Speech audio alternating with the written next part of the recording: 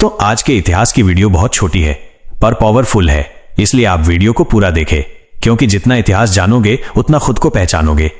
दोस्तों, आप में से कुछ लोग जरूर ऐसे होंगे जो इस्लाम के इतिहास में सुल्तान सलाहुद्दीन अय्यूबी जैसे इंसान की अहमियत को बखूबी जानते होंगे, लेकिन ज्यादातर लोगों की तादाद ऐसी है जो इस महान शख्स से अब तक वाकिफ नहीं है, और उसकी सबसे बड़ी वजह है इस्लामिक इतिहास की जानकारी न रखना। आज मुसलमान अपनी इस्लामिक तारीख के उन बड़े हीरो को भूल गए हैं जिनकी बदौलत मुसलमानों ने आज इस दुनिया में अपने वजूद को कायम रखा हुआ है।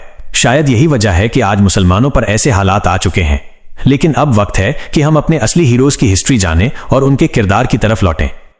सुल्तान सलाहुद्दीन अय्यूबी की कहानी शुरू होती है एक पाक और मुकद्दस जगह से। वो जगह है बैतुल मुकद्दस यानी यरूशलम। ये शहर तीनों बड़े मजहबों इस्लाम, ईसाई और यहूदियों के लिए पाक और मुकद्दस है।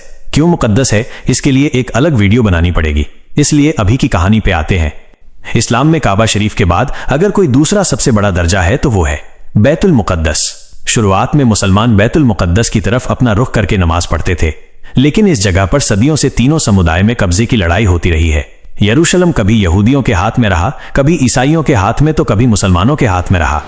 हजरत उमर फारूक रजी अल्लाह तआला अन्हु के दौर में मुसलमानों ने पहली बार बैतुल मुकद्दस को फतह किया था और करीब 300 साल तक ये मुसलमानों के पास रहा। लेकिन फिर मुसलमान दुनिया में कमजोर पड़ गए और उसी का फायदा उठाकर सन 1099 में ईसाइयों ने हमला किया और बैतुल मुकद्दस पर अपना कब्जा कर लिया। उस दिन का मंजर दिल दहला देने वाला था। लाखों मुसलमानों का कत्लेआम हुआ, मस्जिदें खून से भर गईं। इसके बाद कई मुस्लिम हुक्मरानों ने इसे वापस लेने की कोशिश की, लेकिन कामयाबी नहीं मिली। फिर आए नूरुद्दीन जंगी, एक नेक और बहादुर हुक्मरान। उन्होंने इरादा किया कि बैतुल मुकद्दस को आजाद कराएंगे, लेकिन किस्मत ने उन्हें मोहलत न दी और वो अपने मिशन को पूरा किए बगैर दुनिया से चले गए। उनकी फौज में एक नौजवान सिपाही था जिसका नाम था सलाहुद्दीन अय्यूबी। उस वक्त वो महज एक सिपाही थे, लेकिन उनकी आंखों में दूर तक देखने वाली नजर और दिल में एक ख्वाब था। वो था बैतुल मुकद्दस की आजादी। सलाहुद्दीन की काबिलियत और बहादुरी देखकर नूरुद्दीन जंगी ने उन्हें मिस्र भेजा और वो वहां छोटी उम्र में गवर्नर बन गए। उस वक्त मिस्र के हालात बहुत खराब थे। शराब, जिना और फितने बहुत आम थे। सलाहुद्दीन ने इन सब बुराइयों को खत्म किया और लोगों को फिर से इस्लाम के उसूलों पर ला खड़ा किया। ईसाइयों ने उन्हें कमजोर करने के लिए शराब और औरतों के जाल में फंसाने की कोशिश की, लेकिन ये वो शख्स थे जिन्हें दुनिया का लालच बहका नहीं सका। जब मिस्र मजबूत हुआ तो उन्होंने फौज तैयार की और बैतुल मुकद्दस की तरफ कूच किया। एक बड़ी जंग में ईसाइयों की फौज को शिकस्त दी और आखिरकार बैतुल मुकद्दस मुसलमानों के कब्जे में आ गया। लेकिन इसके बाद उनकी असली जीत शुरू हुई, क्योंकि जीतने के बाद उन्होंने ईसाइयों का कत्लेआम नहीं किया, ईसाइयों को अमन से रहने दिया, गरीबों का जजिया खुद अदा किया, और उनकी इंसानियत इतनी गहरी थी कि ईसाई भी आज तक उन्हें इज्जत से याद करते हैं। सुल्तान सलाहुद्दीन अय्यूबी ने 3-4 साल तक दुश्मनों का लगातार मुकाबला किया।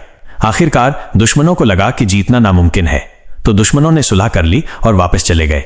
ये सिर्फ एक सिपाही की जीत नहीं थी, ये एक ऐसे इंसान की जीत थी जो तलवार से भी जीतता था और दिल से भी। सुल्तान सलाहुद्दीन अय्यूबी बहादुर और निडर योद्धा थे, लेकिन साथ ही नेक दिल इंसान भी थे।